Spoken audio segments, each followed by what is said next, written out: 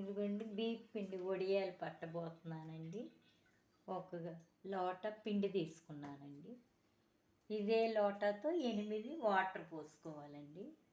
ఇదిగో దానిలోకి తగినంత ఉప్పు, 2 స్పూన్లు జీలకర్ర, ఇదిగోండి ఒక 10 పచ్చిమిరపకాయలు, అల్లం ముక్క. ఇవి కట్ చేసి మిక్సీలో వేసుకోవాలండి మెత్తగా. ఈ పిండిని ఈ గిన్నెలో వేసుకొని వాటర్లో కలిపి అందులో పోసుకోవాలండి.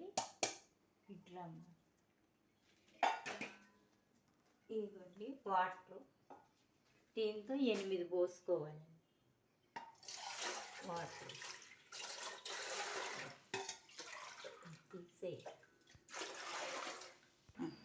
వడియాలకి వాటర్ పెట్టే కదండి, అదిగోండి మరుగుతున్నాయి. దానిలో ఇదిగోండి జీలకర్ర వేసానండి. జీలకర్ర మరుగుతుంది.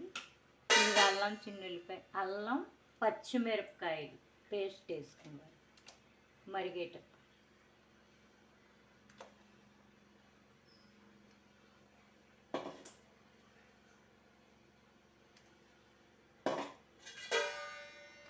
ఇలా మరిగేటప్పుడు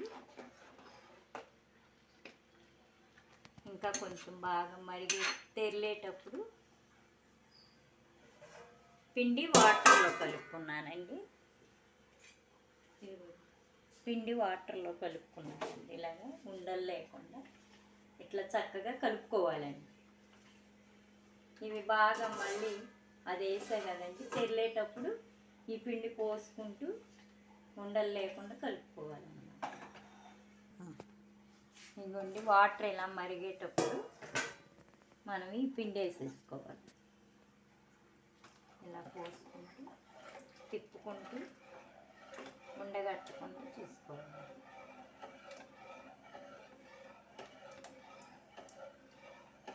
ఇలా చిక్కబడే వరకు తిప్పుకుంటూ ఉండాలి. ఎండాకాలం వస్తుంది కదండి, పచ్చళ్ళు, వడియాలు ఇవన్నీ పట్టుకుంటూ ఉండాలండి. ఇది చిక్కగా మరిగేదాకా మనం ఉంచుకోవాలి. ఇదిగోండి సమ్మర్ వచ్చింది కదా, వడియాలు బీప్ పిండి వడియాలు పట్టుకుంటున్నామండి.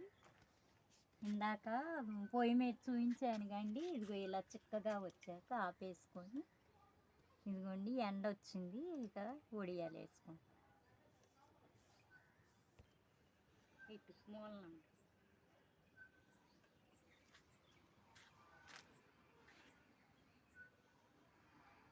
ఇదిగోండి వడియాలు వేయటం చూపించా కదండి. ఇదిగోండి 2 రోజులకి ఇలా ఎండిపోయినాయండి. ఇంక ఇవి నూనెలో వేపుకోవటమేనండి. ఇదిగోండి ఈ సగ్గుబియ్యం వడియాలు, ఇవి కూడా గలగల ఇదిగోండి ఎండిపోయాయి. ఇవి కూడా 2 రోజులు ఎండినాయండి. మళ్ళీ ఇదిగోండి ఇంకొక రోజు వేసాను. ఇవి 2 రోజులు ఎండిపోయాయండి.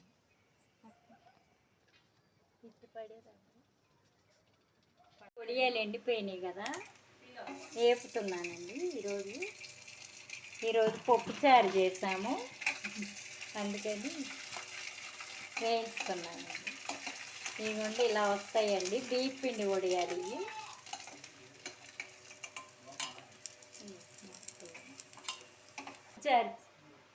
ఇదిగోండి ఫ్రెండ్స్, పప్పుచారు చేసాయి ఈరోజు, అందుకని ఇదిగోండి వడియాలు వేయించాను. Bye friends.